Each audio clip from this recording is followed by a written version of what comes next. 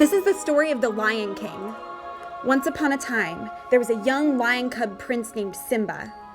Simba's life was unique among lions, although not unique among princes, because it was marked by scandal from his earliest days.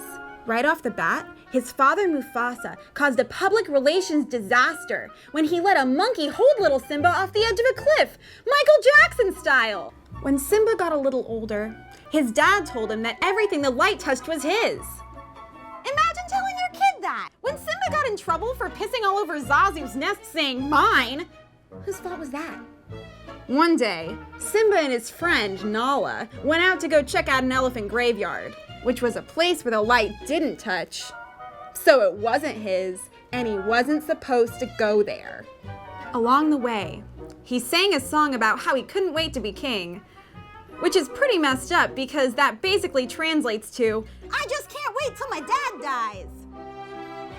In the elephant graveyard, Simba and Nala had a run-in with a gang of hyenas who wanted to mug them, but Mufasa bailed them out. He found out that Simba had disobeyed him because Zazu was a little snitch. This also became a scandal, and for a number of reasons. Firstly, because what was the crown prince doing, coaxing little girls into dangerous graveyards in the first place? And secondly, because it brought light to the fact that Pride Land Security was illegally spying on the animals and collecting data on them, such as where the cheetahs were drag racing, and who was peeing where. And trust me, gibbon monkeys aren't as monogamous as you think they are. This made Mufasa some enemies. Most notably, his little brother Scar. Scar realized that Mufasa was basically running a corrupt autocracy, with institutions meant to subjugate the population and keep them in a constant state of xenophobic frenzy. Just look at his policy in Hyenas, who weren't even allowed into the Pride Lands. The hyenas were voiced by blacks and Hispanics. Coincidence? I think not. So basically, Mufasa was like Donald Trump. Heir to a large fortune, prone to ridiculous comments like, "Everything the light touches is yours," and ridiculous hair. And Scar was more like Bernie Sanders, who wanted everyone to get a fair shot at the circle of life. Since Mufasa's regime never held elections, Scar plotted to overthrow him.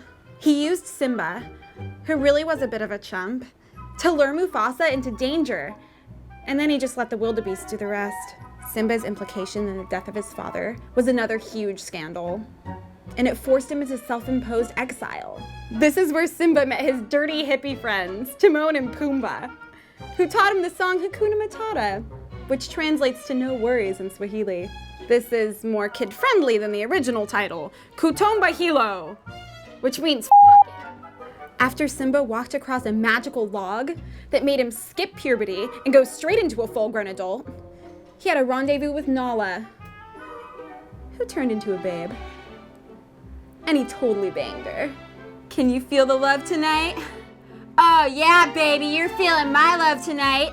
Woo! Nala convinced Simba to go back to the Pride Lands and reclaim his throne. And he did. And surprise! Nala had a baby, which Rafiki dangled over the balcony. Tune in next week for the story of the Pokemon Clefairy, who opened up a Globo Gym franchise for battles. Hey guys, I actually wanted to mention something. There's this site, Opinion Outposts, where users can earn cash, iTunes and Amazon gift cards just by taking surveys and giving their opinions. I've actually used this a number of times to get game currency. So click the link below in the description and start taking surveys to make money. It'll be okay. Just hold my hand. And like an asshole, Rose watched Jack slowly turn into a human icicle and sink to the bottom of the ocean.